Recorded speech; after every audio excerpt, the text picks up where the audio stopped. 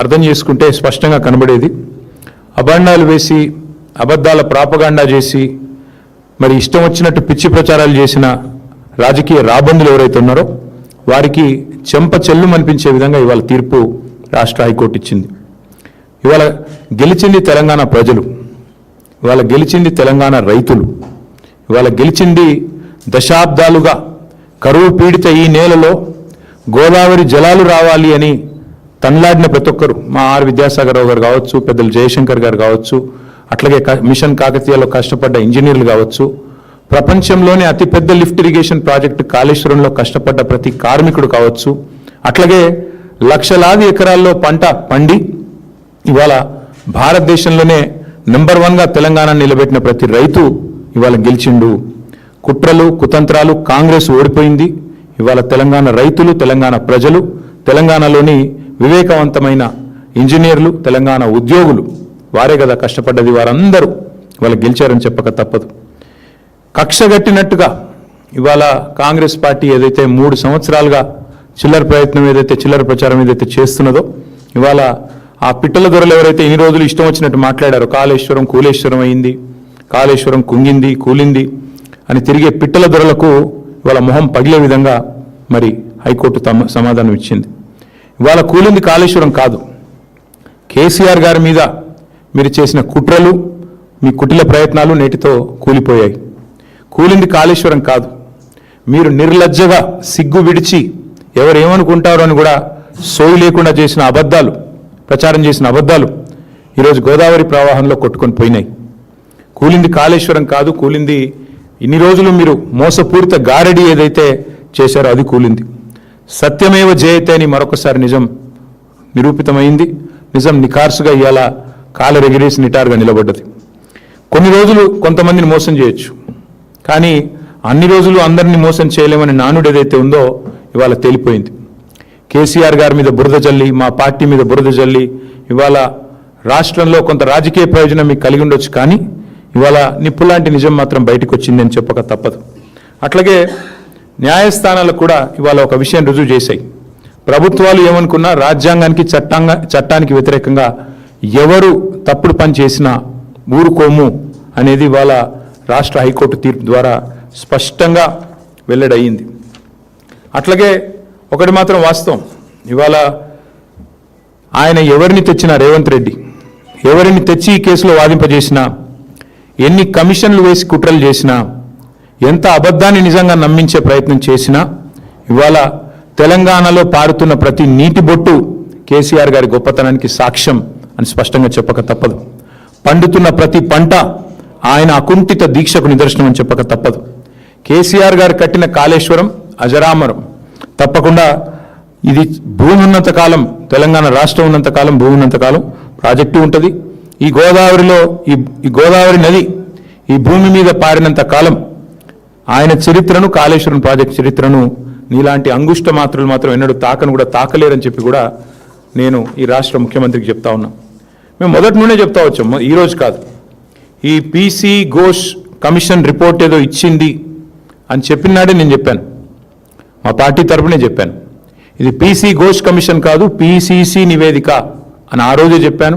ఇవాళ అది అక్షర సత్యం అని చెప్పి తేలిపోయింది హైకోర్టు తీర్పుతో. వాస్తవం ఏంటి? కని విని ఎరగని గోదావరిలో ప్రవాహం వస్తే, వరదలు వస్తే 28 లక్షల క్యూసెక్కులు వచ్చినా, మొత్తం మేడిగడ్డ బరాజు మీద నుంచి నీళ్లు ఫీట్ల ఎత్తున పోయినా తట్టుకొని నిటారుగా నిలబడ్డది మేడిగడ్డ. వాస్తవం అది.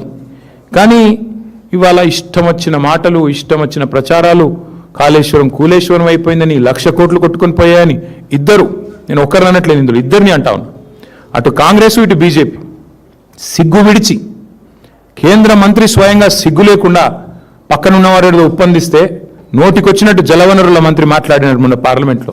వెంటనే మా సురేష్ రెడ్డి గారు సమాధానం చెప్పారనుకోండి, బట్ ఆయన కూడా అంతే మాట.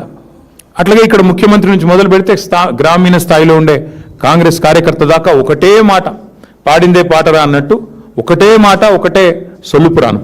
అందుకే ఈ జలద్రోహులు ఎవరైతే ఉన్నారో, 60 ఏళ్లుగా తెలంగాణకు నీళ్లు ఇవ్వకుండా ఏడిపించిన వాళ్ళు, 60 ఏళ్లుగా తెలంగాణ రైతులను ఇబ్బంది పెట్టిన వాళ్ళు, గోసబుచ్చుకున్న రాబందులకు ఇవాళ ఈ తీర్పుతో జ్ఞానోదయం కలిగి ఉండాలని చెప్పి నేను అనుకుంటా ఉన్నా. వాస్తవానికి తెలంగాణ రైతాంగానికి కాళేశ్వరం ఒక వరప్రదాయిని, తెలంగాణ రైతాంగానికి కాంగ్రెస్ ఒక శనేశ్వరం. ఇది మొదటి నుంచి మేము చెప్తా వచ్చాం. కాళేశ్వరం అనేది ఎంత వరప్రదాయిని అనేది ఎంత వాస్తవమో, కాంగ్రెస్ అనేది శనేశ్వరం అనేది కూడా అంతే అక్షర సత్యం. ఇది ఈరోజు రైతులు ఇప్పుడిప్పుడే గ్రహిస్తూ ఉన్నారు. అట్లాగే మరిగా ప్రాజెక్టులు కట్టడమే నేరం, తెలంగాణకు నీళ్లు తేవడమే నేరం అన్నట్టుగా ఇవాళ మా మీద చేసిన కుట్రలు. వాస్తవానికి జరిగింది ఏందండి? జరిగిన ఖర్చు మేము దిగిపోయే నాటికి ఒకసారి కాదు పలుమార్లు చెప్పాం. జరిగిన ఖర్చే 94,000 కోట్లు.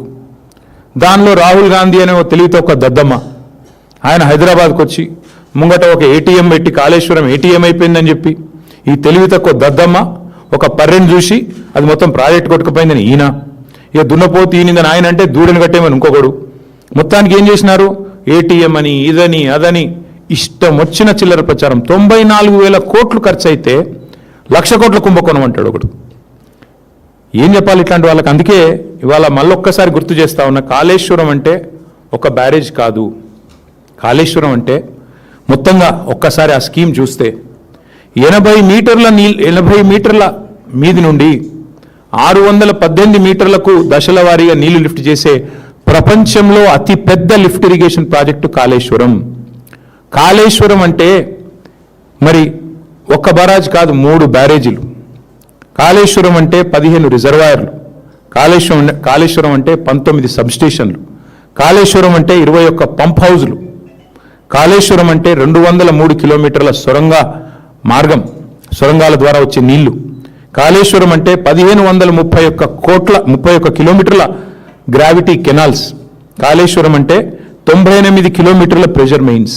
కాళేశ్వరం అంటే 141 టీఎంసీల స్టోరేజ్ కెపాసిటీ కాళేశ్వరం. ఇదన్నిటి సమాహారం కాళేశ్వరం. ఒక 100 కంపోనెంట్లు ఉంటే అందులో ఒక కంపోనెంట్ మేడిగడ్డ బరాజ్. ఆ మేడిగడ్డ బరాజ్కి అయిన ఖర్చు ఎంత? 3,800 కోట్లు.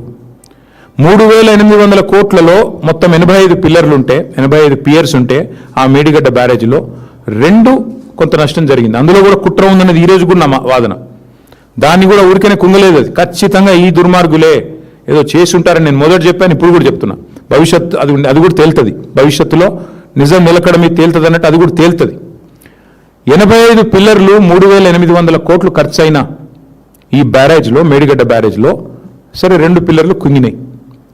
ఆ 2 పిల్లర్లు కుంగితే వెంటనే ఆ సంస్థ ఒక ప్రతిష్టాత్మకమైన సంస్థ, అదేం ఆల్తుఫాల్తు సంస్థ కాదు, ఎల్ఎన్టీ అనే సంస్థ మరి వారు ముందుకొచ్చి, ఎందుకంటే defect liability period, maintenance period ఉంటుంది ప్రతి వర్కులో, మేమే కడతాం ఎట్ అవర్ కాస్ట్, ప్రభుత్వానికి ప్రజలకు రూపాయి నష్టం లేకుండా 300 కోట్లు 400 కోట్లు అవుతుంది ఆ 2 పిల్లర్లు రిపేర్ చేసేందుకు, లేదా మొత్తం ఆ బ్లాక్ రిపేర్ చేస్తే కూడా 400 కోట్లు అవుతుంది కావచ్చు, మేమే కడతామని వాళ్ళు ముందుకు వచ్చారు. అంటే 94,000 కోట్ల ప్రాజెక్టులో మేడిగడ్డ బ్యారేజు 3,800 కోట్లు ఖర్చు అయితే అందులో ఆ 2 పిల్లర్లను ఒక బ్లాక్ మొత్తం చేయాలంటే, మళ్ళీ తిరిగి నిర్మాణం చేయాలంటే 400 కోట్లు. అది మేమే కడతాం, 4 పైసలు కూడా తెలంగాణ ప్రజల మీద భారం పడదు అని ఎల్ఎన్టీ చెప్తే వాళ్ళను హుంకరించి బెదిరించి వాళ్ళ మీద వాళ్ళ CFOను జైల్లో పెడతా అని చెప్పి మొత్తానికి మెట్రో నుంచి పారిపోయేటట్టు చేసి ఆఖరికి ఈ మేడిగడ్డ బ్యారేజ్ విషయంలో కూడా కుట్రలు చేసింది ఈ రాష్ట్ర ముఖ్యమంత్రి రేవంత్ రెడ్డి. అందుకే ఆ సన్నాసికి నేను చెప్తున్నా, కాళేశ్వరం అంటే ఒక్క బ్యారేజ్ కాదు, ఒక 2 పిల్లర్లు కాదు. కాళేశ్వరం అంటే ఇందాక నేను చెప్పినట్టు 3 బ్యారేజీలు, 15 రిజర్వాయర్లు, 19 మరి పంప్ హౌజులు, 21 సబ్స్టేషన్లు, 100 కిలోమీటర్లు, 1000 కిలోమీటర్ల గ్రావిటీ కెనాల్స్, ఇవన్నిటి సమాహారం కాళేశ్వరం.